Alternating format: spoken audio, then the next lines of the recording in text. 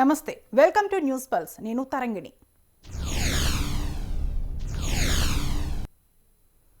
ఉత్తర భారతదేశంలో పొగమంచు ప్రజలను ఇబ్బందులకు గురిచేస్తోంది. ముఖ్యంగా నగరాల్లో పొగమంచుకు కాలుష్యం జత కావడంతో జనజీవనం అస్తవ్యస్తంగా మారింది. గాలి నాణ్యత పడిపోయి శ్వాసకోశ వ్యాధులు విజృంభిస్తున్నాయి.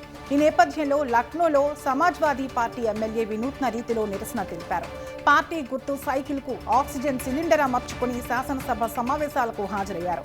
అభివృద్ధికి మారుపేరు యూపీ అని చెప్పుకుంటున్న యోగి ప్రభుత్వం ప్రజలకు నాణ్యమైన గాలి అందించలేకపోతోందని ఎమ్మెల్యే జాహిద్ బేగ్ విమర్శించారు.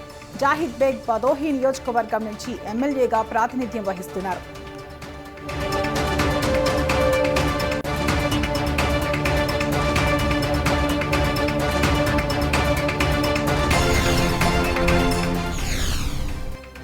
స్వయం ఉపాధి పెంపొందించడానికి పంజాబ్ ప్రభుత్వం కొత్త కార్యక్రమం ప్రారంభించింది. చండీగఢ్లో జరిగిన కార్యక్రమంలో ముఖ్యమంత్రి భగవంత్ మాన్ మినీ బస్ పర్మిట్లను లబ్ధిదారులకు పంపిణీ చేశారు. పంజాబ్ రవాణా శాఖ గ్రామీణ లింక్ రోడ్లపై నడపడానికి మినీ బస్సుల కోసం ఇప్పటికే 154 స్టేజ్ క్యారేజ్ పర్మిట్లను జారీ చేసింది. తద్వారా రాష్ట్ర వ్యాప్తంగా వేలాది బస్సు మార్గాలను పునరుద్ధరించడంతో పాటు నిరుద్యోగ యువతకు ఉపాధి లభిస్తుందని సీఎం వెల్లడించారు. ఫలితంగా గ్రామాలకు కనెక్టివిటీ పెరుగుతుందని, మారుమూల ప్రాంతాలు కూడా అభివృద్ధి చెందుతాయని ముఖ్యమంత్రి భగవంత్ మాన్ అన్నారు. స్థానిక సంస్థల ఎన్నికల సమయంలో ప్రభుత్వం ఇలాంటి పథకాలు ప్రారంభించడం ప్రజలను మభ్యపెట్టడానికే అని విపక్షాలు విమర్శిస్తున్నాయి.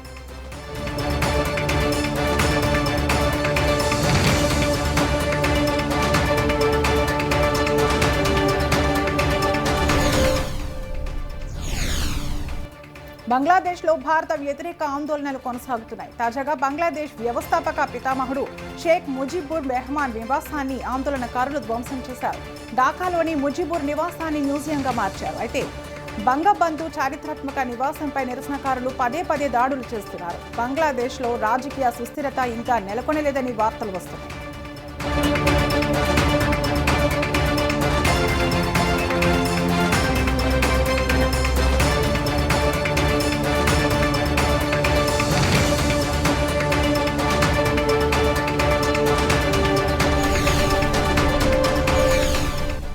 హిజాబ్ వివాదం రగులుతూనే ఉంది. బీహార్ ముఖ్యమంత్రి నితీష్ కుమార్ ముస్లిం సమాజాన్ని అవమానించే విధంగా వ్యవహరించారని పీపుల్స్ డెమోక్రటిక్ పార్టీ నేతలు శ్రీనగర్లో ఆందోళన నిర్వహించారు. పీడీపీ నాయకురాలు, జమ్మూ కాశ్మీర్ మాజీ ముఖ్యమంత్రి మెహబూబా ముఫ్తీ కుమార్తె ఇల్తిజా ముఫ్తీ ఆందోళనకు నాయకత్వం వహించారు. సీఎం నితీష్ కుమార్ మీద కేసు నమోదు చేసి విచారణ జరపాలని స్థానిక పోలీస్ స్టేషన్లో ఫిర్యాదు చేశారు.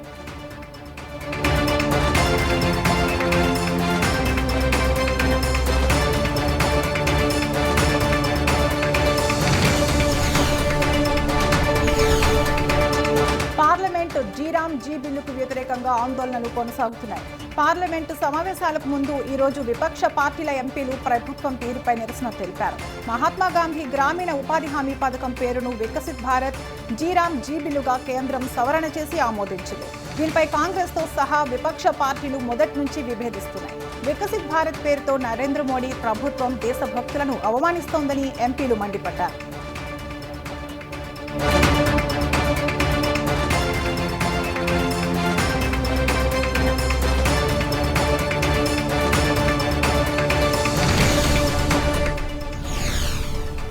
నేషనల్ సెక్యూరిటీ గార్డ్ ఆధ్వర్యంలో ముంబైలో ఉగ్రవాదుల దాడి ఎదుర్కోవడంపై మాక్ డ్రిల్ నిర్వహించారు.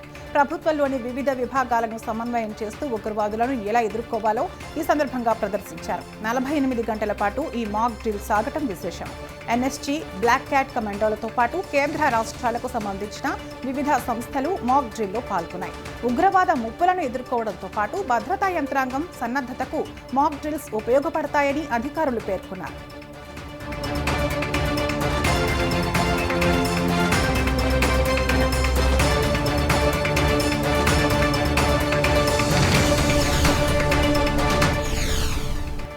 టిబెట్లో చైనా దమనకాండ పెరుగుతోందని టిబెట్లను హిమాచల్ ప్రదేశ్లోని ధర్మశాలలో ఆందోళన నిర్వహించారు.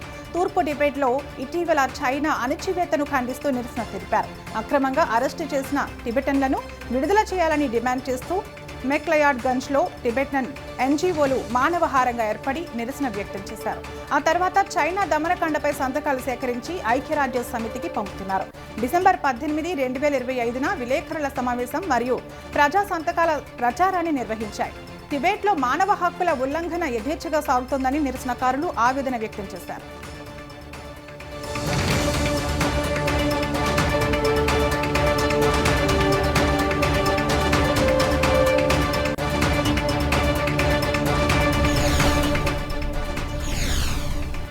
తమిళనాడు ఉప ముఖ్యమంత్రి ఉదయనిధి స్టాలిన్ ఇటీవల కొత్త బస్సు సర్వీసులను ప్రారంభించారు.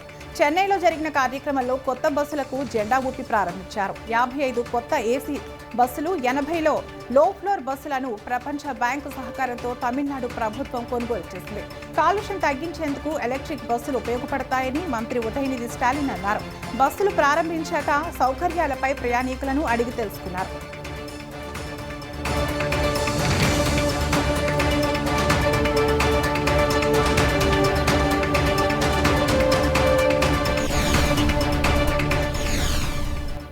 అస్సాంలో అధికార విపక్ష పార్టీల మధ్య రాజకీయం వేడెక్కుతోంది. బీజేపీ ప్రభుత్వం ప్రజా వ్యతిరేక కార్యక్రమాలు చేపడుతోందని కాంగ్రెస్ ఆరోపించింది. ఓటరు జాబితా సవరణ పేరుతో నిజమైన ఓటర్లకు అన్యాయం చేస్తున్నారని, అక్రమ వలసదారుల పేరుతో అన్యాయం చేస్తున్నారని కాంగ్రెస్ సీనియర్ నాయకుడు విప్తున్ బోరా విమర్శించారు. రైజోర్ కాంగ్రెస్ పేరుతో ఈరోజు కార్యక్రమం ప్రారంభించారు. ప్రజాభిప్రాయం సేకరించి త్వరలో రాష్ట్రానికి రానున్న ప్రధానమంత్రి నరేంద్ర మోడీ, హోంమంత్రి అమిత్ షాలకు నిజాలు నివేదిస్తామని కాంగ్రెస్ నేతలు అంటున్నారు.